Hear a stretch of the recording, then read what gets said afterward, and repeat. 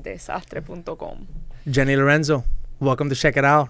Thank you for having me. So, I figured because there was something about you that's very like not Miami, and I'm thinking, okay, she's the kind of Cuban girl from Miami that will show up on time. But today you ran a little bit late, and then it's like no surprise. By the way, I'm late to everything that I do. This is my own karma. All my guests are always late because I'm always late because I'm Cuban from Miami, right? Uh-huh. That's just part of our culture. But with you, there was a mix-up. You said that you were having an anxiety attack on the way over here. Yeah, I literally was crying the whole car right here. But Jenny, it's LATV. We're Latinos. We're used to everyone being late. I'm very transparent. Well, no, I cave under pressure, so it's been a very crazy month for me. Why? It's been nonstop. Yeah. And I actually am not a very organized person. People think so, but... Yeah, you have that look on your face. I'm very messy, very disorganized. Okay. I just had to hire a personal assistant. What's your sign? I'm a Scorpio. Oh, gosh. Evil. I know. See what happened? That was a little haunted. That was a little Freudian, I got to be honest with you. I'm actually dating somebody right now that's a Scorpio. It's a very sexy sign, sorry. Especially for women. Well, I haven't gotten to that point yet of the I'm sorry, but I understand. You know what I tell her? She's a Scorpio. Oh, God, this is going to get me in trouble. Uh-oh. I'll just leave it as Scorpio. I just go, okay. You're the total package of darkness. There's a bunch of other details that I throw in there, but those are politically incorrect details. I'm sure. So I just keep it as Scorpio. Yeah. And she's like, you're right. What's going? Listen, this is one thing that I want to know. I've always been a fan of your abuela character because I have a crazy abuela myself. I think that the Cuban abuela is an amazing icon of culture, and your character nails it. And I want to talk more about that. You had one of the more successful runs on Mitu. I always have to spell that out, MITU, because they hear me too. Are you talking about the Mitu hashtag? Yeah. No, Mitu, MITU, the website with the amazing sketch comedy.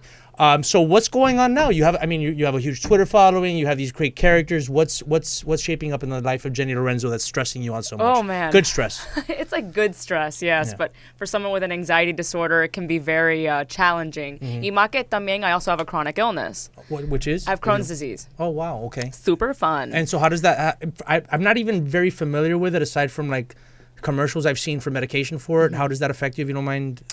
Well, I have most of it under control. It can be a pretty like debilitating illness. Right.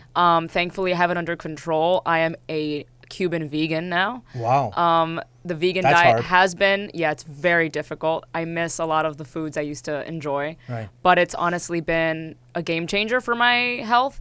But the thing with chronic illness that it can also cause brain fog, memory issues. So imagine with what I do for a living. Yeah. It can be very challenging. Schedules and lines. You have to remember both of them. Lines, not so much right now, because since I do most of my videos at home, it's me and my friends. So like I look at a script, and I go because I know how it's gonna look in the edit. Right. But I'm not terrible when it comes to memorization of lines. Regardless, it's more like scheduling. Oh, I got to do this, I got to do that, I got to write this. It's like an endless to-do list. Like there is an endless to-do list. So what's going? I know that you're developing some characters and you're pitching them to Netflix and a few other places. Is there anything that you can tell us about what's going on with some of that? Are they separate projects for each character? So, oh man, so much has happened since going on my own. I went off on my own like December of 2017. And that's when I started developing all these other characters. So aside from the abuela, I've since developed 6 additional characters that my audience has thankfully accepted and they love. Some of them are more popular than abuela to some people. And so I've created this weird and fun matriarchal character universe with abuela as like the head of the family kind of a thing. And so I'm now kind of trying to formulate a mini series for Facebook based on these characters. I'm just trying to level up this year and every year beyond that in terms of my comedy and what I do, because yes, I do sketch comedy and I do have a sketch comedy show that I'm trying to pitch currently. But I'm just trying to write more pilots, develop just more than just my sketches, if that makes sense. But right now, it's nothing crazy is happening other than I'm just writing a lot. Now, are you just having general like pitch meetings or meet and greets with There's people a lot from of studio meetings. heads? Yeah, there's a lot of that's Hollywood, you know. And so are they taking interest to your a general sketch universe that you're putting together, or are they trying to hone in on certain characters and saying, well, that maybe we put and is it always going to be you playing a character, or are you ever pitching anything where you're yourself? I think as of now, everything involves me playing a character, especially more so in the sketch comedy show that I'm trying to pitch. I'm also currently pitching an animated series and another pilot, which revolves around the abuela character, but everyone else is a normal character. Normal as in not a 30-year-old woman playing someone in their 70s. And I take a lot of that inspiration from Jenny Lorenzo in Mama's Family, because she was in her 30s when she played Mama. And for people that don't know, because I grew up watching, reruns, that was a spin-off from a character she did on the Carol Burnett show. Yeah. Right. Yeah. And then Carol Burnett was actually on that show as well. That was Mama's Family was actually hilarious. It was a great show. Yeah, I can see how you're inspired by her. Yeah, and it wasn't like intentional. It wasn't like when I created the abuela character that I was like, I'm going to do what Jenny Lorenzo did. It's just when I was a kid, I watched a lot of Nick at Night. I was a nerd. I was weird. I was a bit of an outcast.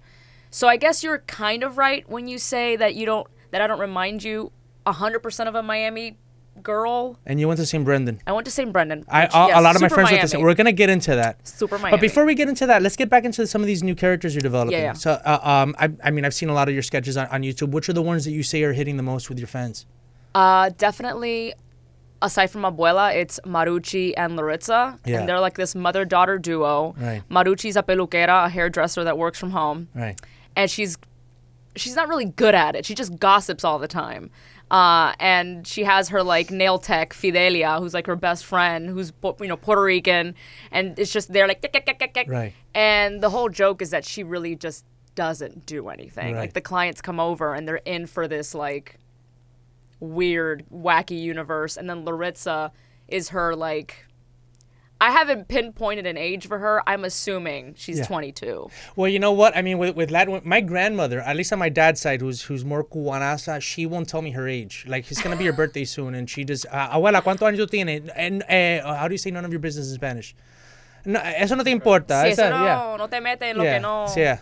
Algo así. Yeah. So. It's weird. Yeah, that's a thing. Cubans are very secretive, like, don't tell people. Right. Like, me right now talking about the fact that I cried on the way over here, y que tengo Crohn's, already 2 strikes. Wow. You know what? Against it's funny. Cuban families. That's what people don't understand about Cubans. They think we talk a lot, but we don't say a lot. No. We're just Everything putting is secretive. The real stuff is in the background. Yeah. Interesting. Well, look, good luck. I think that right now there is a need, obviously, for Latino characters, Latina characters. And I think that when it comes to sketch comedy characters, there's always a disproportionate balance when it comes to good female characters, because there's just not as many female sketch comedians out there, I think, more now than ever before. But so there's a good vacuum space for you to fill some of these characters in. And that hit home. You know, we had Angela Johnson on the first show. What do you think of her, Bon Qui and some of her? Because she even talked about like backlash she got for those characters. I'm sure. Yeah. What do you think about her and what she's done? And then also I want to know if you've ever received any backlash and saying, oh, your characters are stereotypical or any of that kind of thing.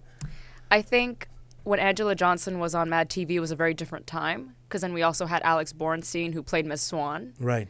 Which at the time, I loved Mad TV more than I even did SNL. I felt like a lot of the characters that came out of there were a lot funnier to me. Like Stuart and, Mo Collins, Michael McDonald, like they were brilliant. At the time, she was doing this character where I completely related. I thought it was hilarious, the Bon Qui character.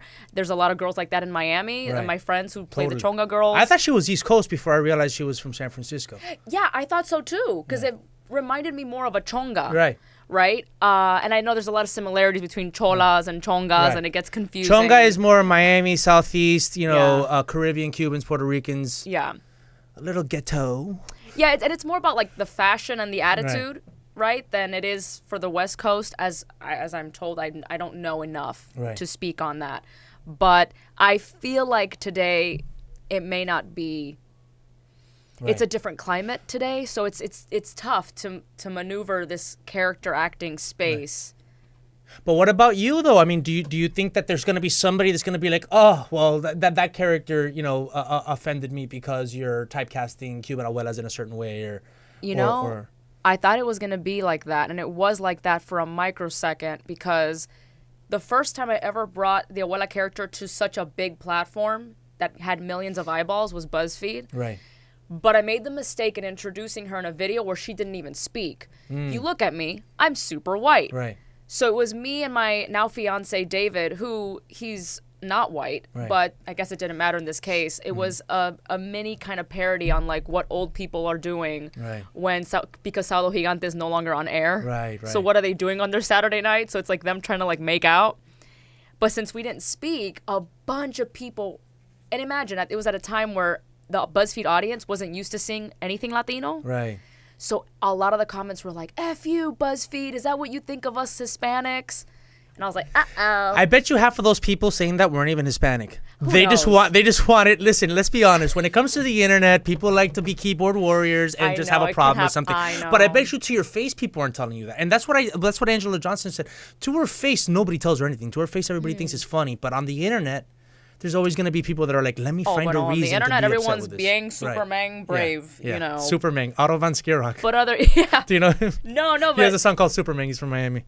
Oh, Yeah. What? How have I not heard of this song? Oh, I'll say it's a few years old. Please I'll send do. it to you. Yeah, I mean, yeah. I've seen the meme of Yeah. Superman with his chancletas on. Yeah. But no, other than that, because the very next day we released Abuela's actual first video where it's like, it was called When Abuela Wants You to Eat, and I spoke in Spanish. And then everyone was forgiving. Right. Because they're like, whoops, Yeah. looks like she's really Cuban. Yeah. And after that, I barely get any backlash, Yeah. which is like, and to me as an actor, I'm still trying to figure out like what is it about certain characters that are offensive and stereotypical, and what is it about others that aren't, and I'm still trying to figure that out. Well, myself. I'll tell you what it is for me.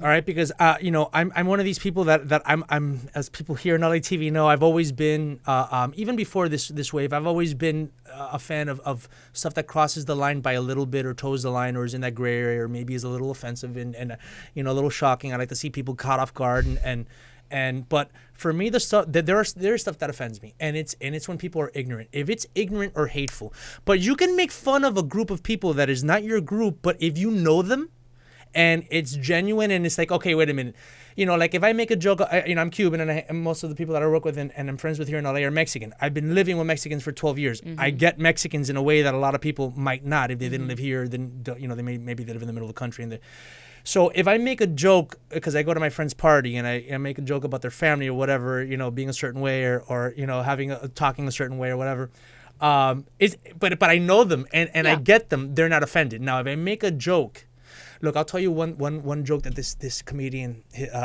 I'll say Loud Todd McGraw. I think that's not his last name. He's Loud Todd. I'm friends with him. I think he's funny, but he made a joke about, because he always grew up in LA, and he made a joke about it was kind of like your mom jokes, and I'm not really into that, but he was trying to be funny and be like, oh, tell your mom when she's done being like a maid at somebody's house. And I'm like, Todd, in Miami, Cubans, because they're not white people, they actually are kind of like the people who have the housekeeper. Not that there are not Cuban housekeepers, obviously, and Cuban maids. Obviously, there's Cubans.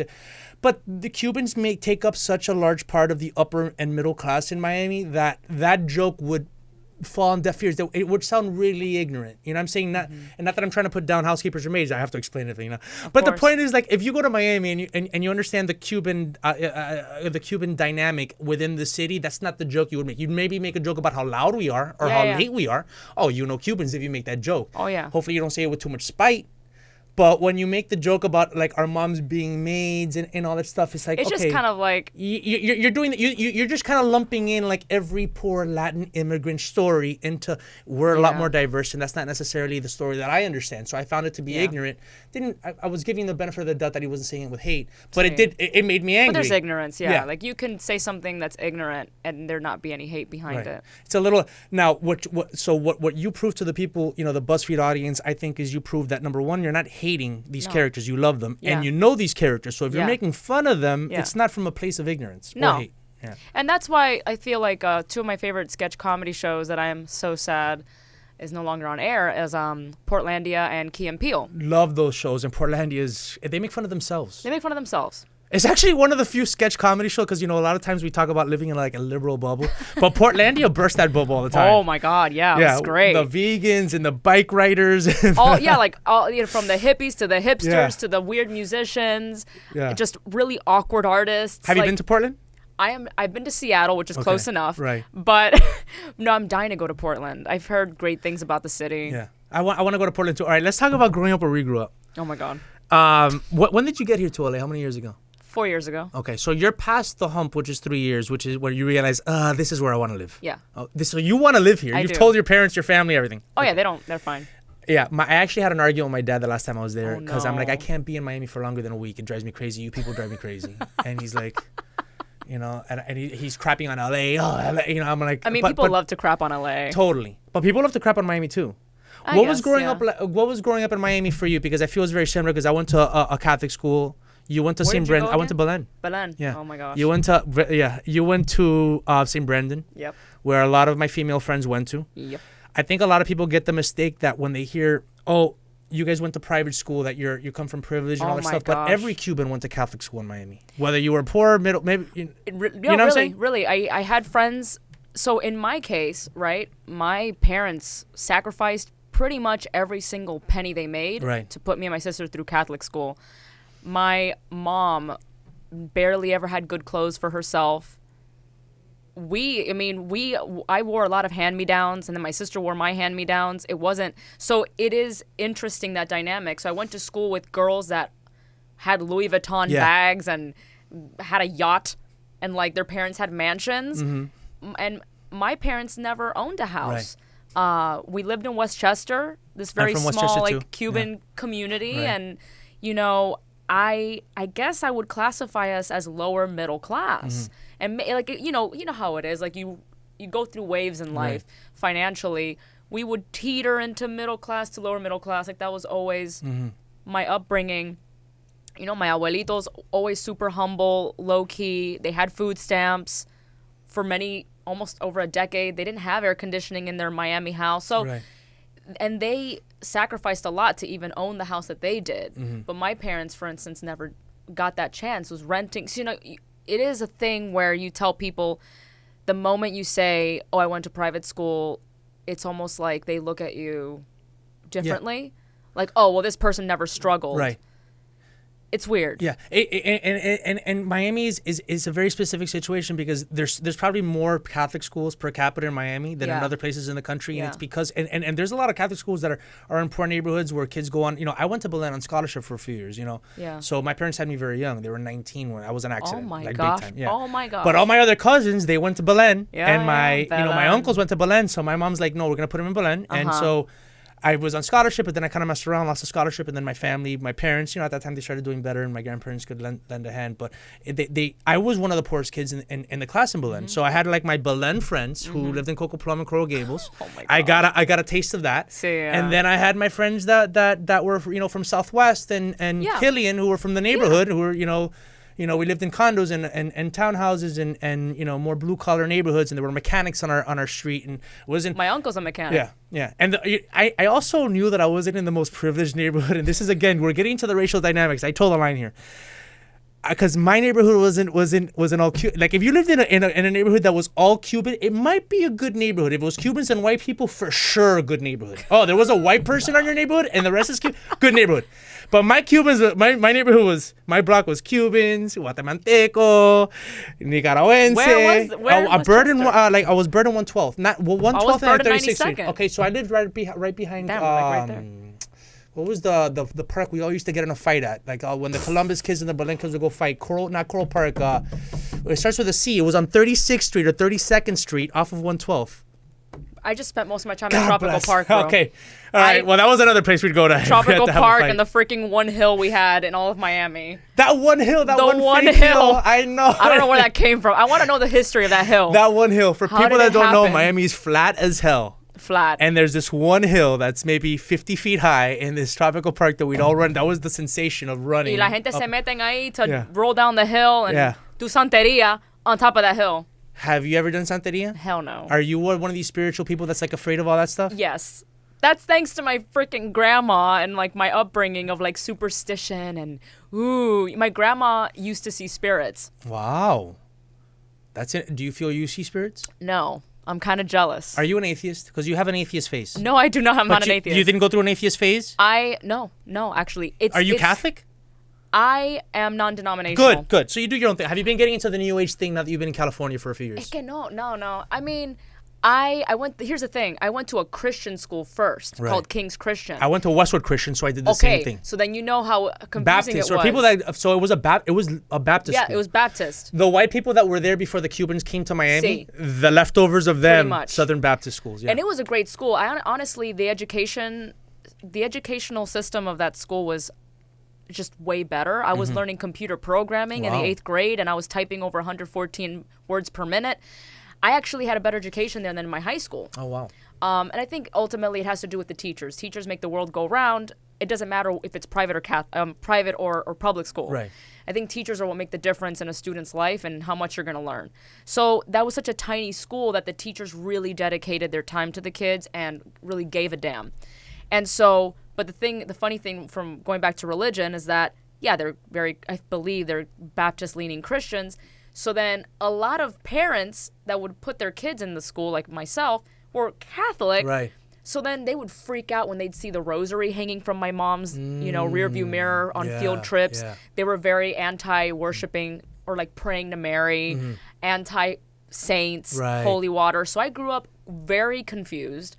Then I go to Catholic school. I did the whole thing. Yeah. Communion, CCD classes, confirmation. And as an adult, I've learned to have a relationship with God because I do still believe in God. Right. I cannot remove God from science. I think they go hand in hand. Totally. I believe in a greater power is behind all of this craziness. Mm-hmm. But I don't believe in religion. It's all man-made, and it's kind of...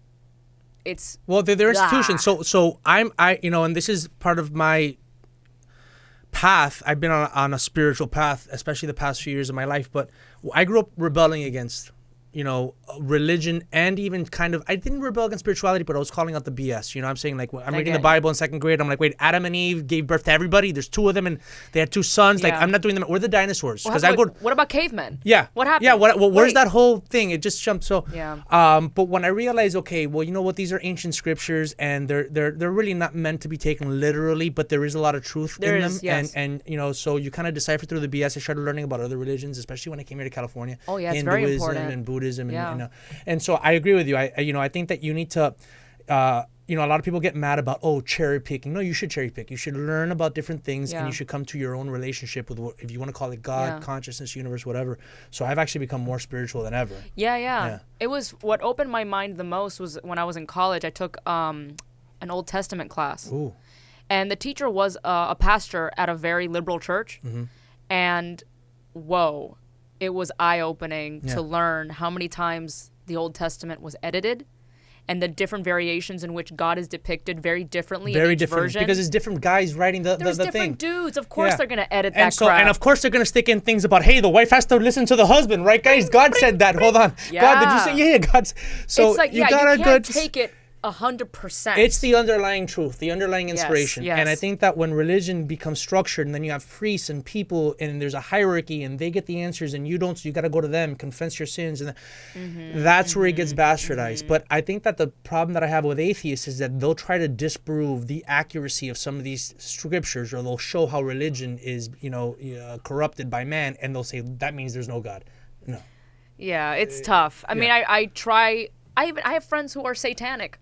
Welcome to Los Angeles. And they're the nicest freaking people, and I learned so much about Satanism. I thought something completely the opposite. And I was like, oh, whoops, they don't even worship Satan. They don't even believe in Satan. Right. Well, you're dealing with people that are part of the Church of Anton LaVey, though, right? Oh, that's okay. Now you're getting complicated. Because there's different Satanists. There's Satanists that doing their Satanists like you that are just about it's just about the self. It's about doing what you want as long as you're not hurting anybody. But there are some Satanists that are like, but it was still surprising. Well, I'm sure there's people out there that do worship Satan. Yeah. There's people that worship cows. There's people that imagínate. There's so much. And what I learned is that you're not going to agree with everything, but respect it. Right. You're the nicest No te, Scorpio I've ever no met te in my life. meten, tú sabes. There's like, I remember a long time ago on Facebook, I Just put kidding, up doll. By the way, no, I'm what? talking doll. No, because I said you're the nicest Scorpio I've met in my life, and Oh, there's one you're doll. kidding. Dolly, I'm kidding. All right, go ahead.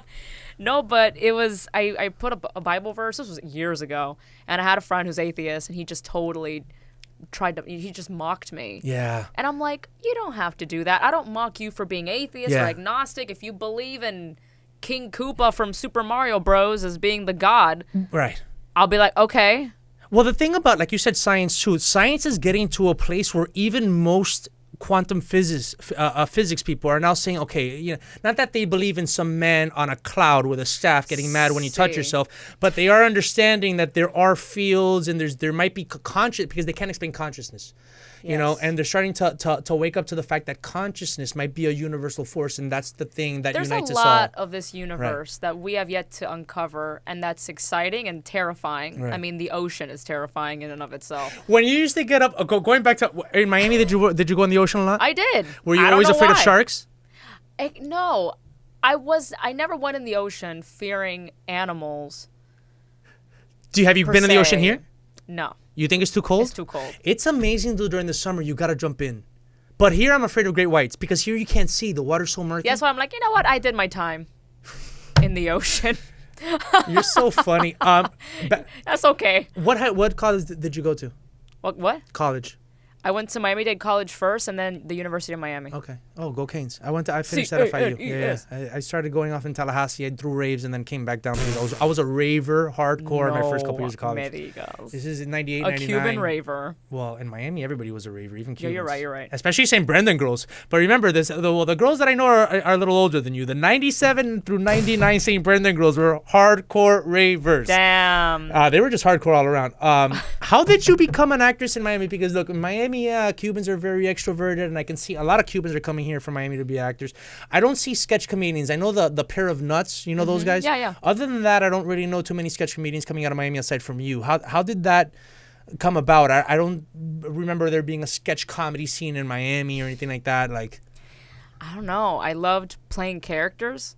Because, again, the small Christian school that I went to, the principal was very heavily obsessed with the arts. Right. So we took our Christmas plays seriously from a very young age. From age 5, it was mandatory for every kid to learn a monologue and perform it in class and then go to competition. Wow. So since I was 5, I've been doing that. It was ingrained in me. So I'm very grateful for that aspect of, I think that's why arts in schools is so important. And in Miami especially, they're always trying to cut something, you know? Like the arts aren't as appreciated, and it's really sad because it is a way to make a living. I know a lot of parents, especially Latino parents, are very like, I know, artista no. Right. Because they're afraid. They want the best for their kids. Right. They're not evil for doing that. I understand the reasoning behind why they're so afraid of their kids going into an arts What did they want you to be? program. What did your family want you to be before you said you're going to be an actress? No, they were fine from the beginning. Because I guess they were so used to seeing me from very little perform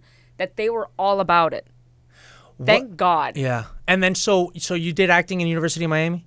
Like what acting did you do in Miami before you came out here? Like what made you move to LA? What was the thing that said I'm going to Los Angeles? Oh man, it's just, again, it was like since I was a kid. That's what I wanted. I remember wanting to be on Nickelodeon's All That. Right. I remember sending an audition tape to Rosie O'Donnell. Rosie O'Donnell back then was like the Ellen DeGeneres, right? Where she would discover kids and bring them on her show. So I played all these multiple characters and I sent her like a VHS tape. So since I was mailed it? Yeah, my mom, helped me film it. I've been trying to be a character actor since I was a kid. And you knew you wanted to end up here in Hollywood. Yeah, but there were many moments where I was like, that's not going to happen because I'm like, I don't have money. It was always like a money thing. I'm like, I'm not privileged like that. My parents can't just go, all right, let's pack up our bags and move to LA, which did happen to some people I knew from Miami. And I was like, man, they're so lucky. Even Orlando, because back then Orlando was popping because Nickelodeon was located there too. Yeah. So a lot of people in Miami that were more privileged financially got to go to Orlando and go to these auditions. And I felt stuck. So I just gave my all in every school. So when I was in middle school, elementary school, in high school, I was the drama captain and president of the team. I would go and compete. In Miami-Dade College, I helped bring back the drama club. So I always tried to take on like a leadership position regarding acting. That was like my big, I did a bunch of plays in Miami-Dade. But then at some point, I started really digging the whole filmmaking scene and getting into film editing and all that stuff. So that's what ultimately made me decide to go to film school at UM, because I just wasn't happy in the theater scene. Right. There was not that there aren't egos in film, but They take themselves a little too seriously. in theater, it just, I don't like that energy when like. It's a little uptight, It's a and little you're very uptight. You have a good sense of humor. You're ready to like knock anyone down that's on a high horse. I can see that. I don't like that. Even Right. from like big A-list celebrities, Yeah. I'm like, you do caca too. Yeah. Ha ha. I'm sorry. You do pee caca too. like, Pee why caca. are you making why are you making these weird demands? Why are you being Right. rude? Yeah. So I love hearing stories of You're the celebs who anti-diva are- then. I am anti-diva, and I'm Okay. like, please, I don't ever want that to happen to me. Well, if you get that Netflix It's deal, like it a might. zombie. No.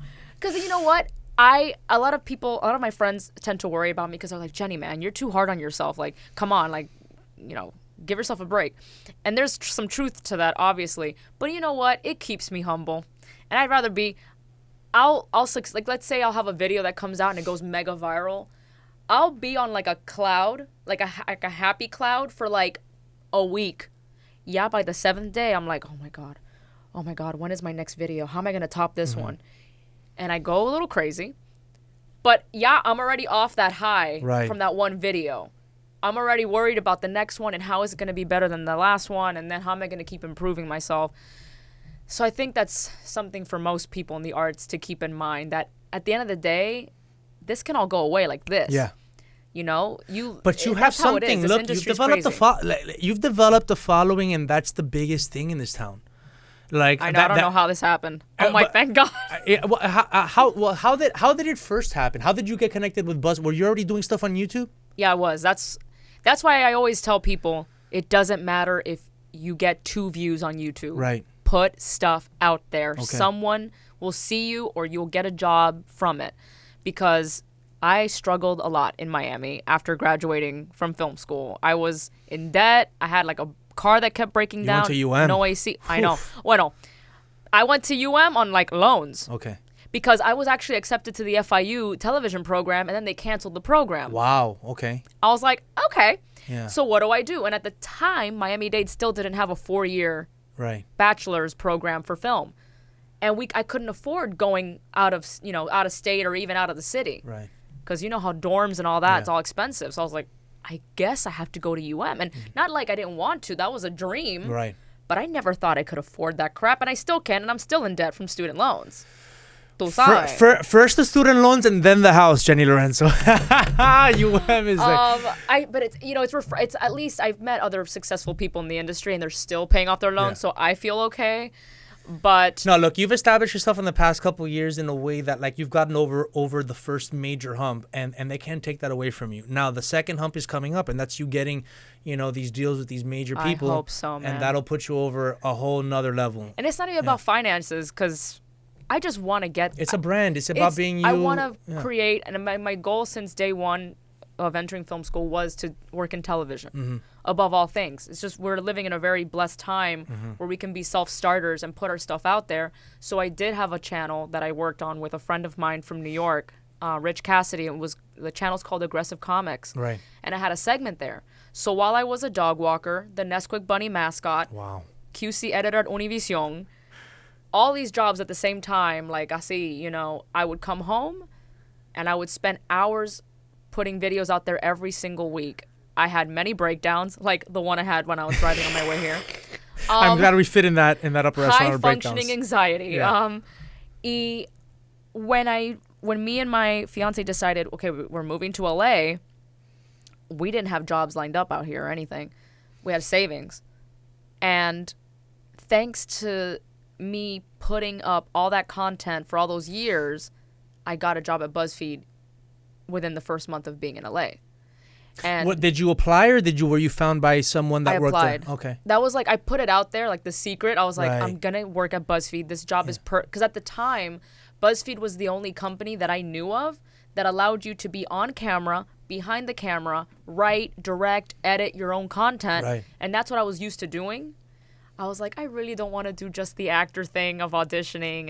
And when you're a writer and producer, it sucks to take direction. Yeah. Whenever I'm like doing the hosty thing and someone else is producing, I'm like, I wanna, and I see them like having a conversation with the camera like, people. Jump in. Yeah, I want to jump in. I'm the same way on sets. Well, when you were on the zoo, I was kind of like doing that because there's another producer here, Andres, who kind of, and then the director. But I'm one of the producers of the zoo. But when I'm hosting, they want me to just like limit myself to that, and I'm like, you're just like restrained.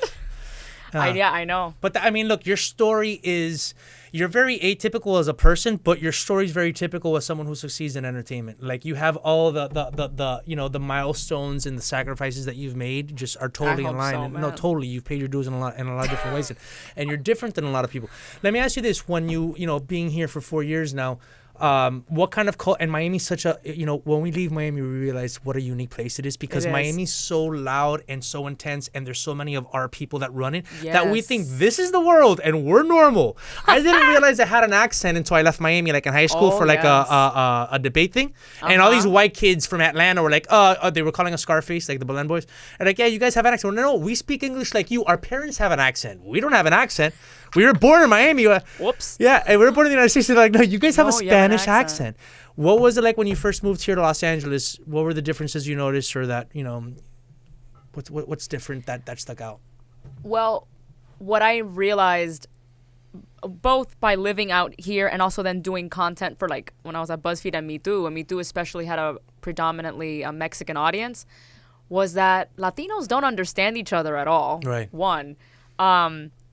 I love the Mexican people out here, the Salvadorian people, but it was funny to see how they were shocked that Cubans don't put spicy stuff on their food. Right. They're like, what? Yeah. What kind of, and there was like this, like, there's like fun-loving judgment of like, you're weird. Like, your food is bland then if you're not. And then the Cubanos are like, no, your food is bland if you have to put spices on, And it's like this funny war of the cultures and stuff like that. And just seeing the similarities and the differences between like Caribbean Latinos and like Central American, Mexican. Right.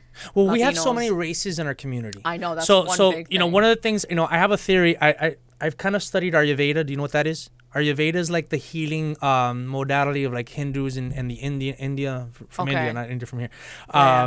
And they say that there's different types of people, and then depending on what kind of person you are, physiologically is what diet you should have. And then certain races share what they call doshas. So there's vata, which is air, pitta, which is fire, and it's kind of like the zodiac signs, but not really. And then kapha, which is earth and water combined. Okay. So if you're too much pitta, fire, you don't want spicy food. Cubans are mostly pitta.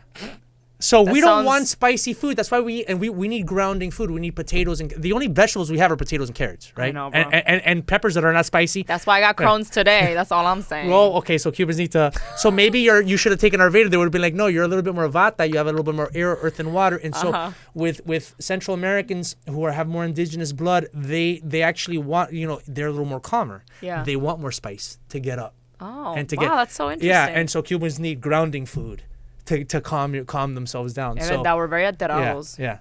So that's one theory I have. I mean, I love spicy food. So like when I came here, it was so cool. Yeah, you had the Asian spices and you had the Central American spices and stuff like that. But I make my trip to Portos every now and again. But there's a new place called Gigi's in Echo Park. Are you getting your patelitos, or you gave up on that? I can't have gluten either. You have celiac. No, but people with autoimmune diseases should avoid gluten at all costs. Well, there's a guy that's doing an all-meat diet, and he's getting rid of all his autoimmune diseases too. That's good for him. You can't eat. No way. Okay, so meat was what was causing extreme pain, and that's how they found out that I had Crohn's. So you're vegan and gluten-free. So no more pastelitos. No. Until Portos, hopefully, seeing that they're in LA, comes out with a gluten-free option or some vegan options, that would be amazing. What did you like when you were having that when you were a kid? Oh my God, I'm gonna be so sad reminiscing about this, but like my favorite pastelito was pastelito de carne. Really? Yeah. My pastelito is pastelito de guayaba, but not the one with queso crema. Just guayaba. Just guayaba. Because I'm a purist, and especially when you had like the gooey ones. I like both combined. I like them both combined. My grandmother, my abuela, crazy abuela, she liked both combined, but there's something about the purity of just the guava paste, and then it has to be gooey. Portos is a little flaky. Like the I forget how the portals are, God, because Miami was mostly what and I love croquetas, especially the little ones at croquetas. parties. Yes. Those bocaditos That's things. something that's very unique to Cubans, because It I don't. is. Other Latinos don't have croquettes. Not- Because it's not Hispanic. really. Because it's more Spanish thing, is because it? French and Spain they have croquettes. Maybe. Yeah. Have you been to Cuba, by the way? No. Are you one of these people that is it because you haven't had a chance, or are you not going because of a political stance? I definitely want to go. I'm planning on applying to this. It's called Cuba One. Okay. And they basically take people from like in the industry I think in I've heard some of way, that. shape, or Yeah. form, and they've been talking to me. A part of me is also obviously scared. I've talked to my mom, and she's come to accept it because You're scared of what? I guess the health situation for me, right? So it's like the food and like making sure that I'll be safe. Well- and that's just a general Well, in worry terms of when I travel. well, in terms of safety for danger, because I went to Cuba for the first time a couple years ago. I actually wrote an article for the Miami New Times that came wow. out, on my trip. Cuba is the safest third world country in the world, straight up. You are not going to be attacked. You are not going to be kidnapped. You're not gonna. I mean, I unless have unless friends that go all the time. it's actually, it looks sketchy as hell, but it's actually very, very safe. Cuba is. It's so. That you don't have to worry about. The food situation might be an issue. I know. I mean, I'd have to just eat a bunch of veggies You all know, the you'd time. be eating. You know those crappy Cuban salads, which is just iceberg lettuce, chunks of With tomato, like a little bit of olive oil. aguacate, and That's it. That's what you're gonna eat. My all week. abuela made that kind of salad. Okay, well, that's how you're gonna eat all week. Great. That's there. I'm gonna lose so much weight, like can't afford Well, you that. can, but So that's pretty much my biggest concern. I think go because it's amazing, and I think that you'll need to understand what the phase that Cuba is coming out of before you understand where it can go. 100%. And they are so hungry for dealing with Cuban Americans. Like they're just they really. So you don't think they have anything against? No, it'll come. Cuban Maybe at the very beginning, but once you start talking, they have a lot to prove. Like I stayed with my one cousin that I had there. My grandmother's brother was with the revolution. He died there. He was a communist with a star on his head, Fidel Castro's regime and all that stuff. Say. The rest of my grandmother's husband, his brother-in-law, fought in the Bay of Pigs. Ooh. So I'm talking about brother versus brother-in-law. Oh wow. So the rest of my family all left here. My dad's side, they were with it up until like 10 years ago. But my mom's side of the family, that grandmother with the brother, like they were all anti-communist and they left right away. And they were actually happy that I went. They were worried, they were worried that something was gonna happen or that, they're gonna know that your grandfather fought in the Bay of Pigs and they're gonna. It's like, no, bro, relax. But man, I learned, and then I stayed with my grandmother, the daughter of that revolutionary communist guy that stayed in Cuba.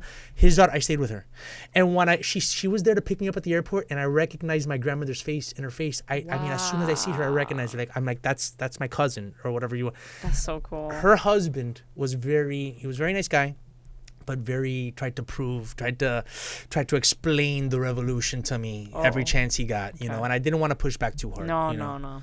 So, but I think it's worth it for us Cuban Americans, No, especially it is. our generation that haven't been there at all, but love being Cuban and love Cuban food and love singing. But you gotta go. And especially because like I still have family there, and I want to visit the areas. The big star from Hollywood, they would love to see you. Oh my God. You listen, get the deal with Netflix, all right?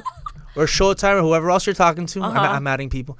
And when you get to Cuba, you're going to be received as a huge star.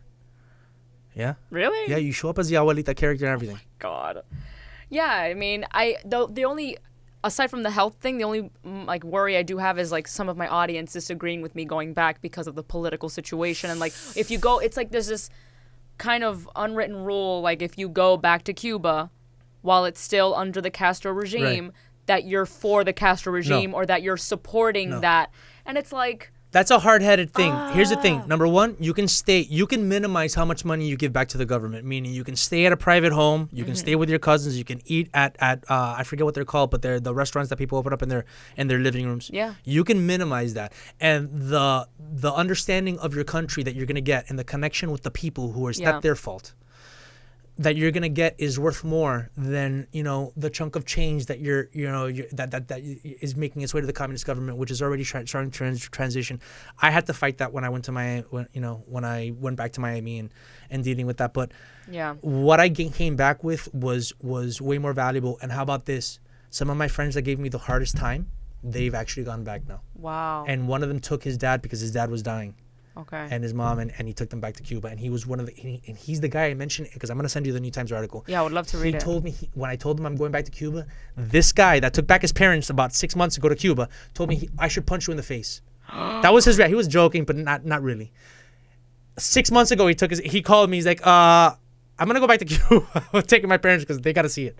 Isn't that crazy? Jenny, make me the promise, because we got to wrap up today. Okay. Make me the promise you're going to go to Cuba at some point. I am. I want to go to Cuba at least within the next 2 to 3 years. And we're going to keep supporting you from here. Let us know as soon as something big is done. Where can people check you out? My website's the easiest because it'll have all of my social media links there. So it's jennylorenzo.com. You can type Jenny Lorenzo on Giphy and now use a bunch of my GIFs from my videos. YouTube, you type my name and you find me. Thanks for making it today. Yes, thank you for having me and being so understanding. No, please. I'm the most understanding Cuban you'll ever meet. Jenny Lorenzo, this has been Checkitow. Awesome. Thank you. Oh, my God. Wow, that was a good one. Great. I'm so glad we got it in. Good. Thank you, Now you can go home today and be like, all right. No, she said my manager gave me such a hard time. And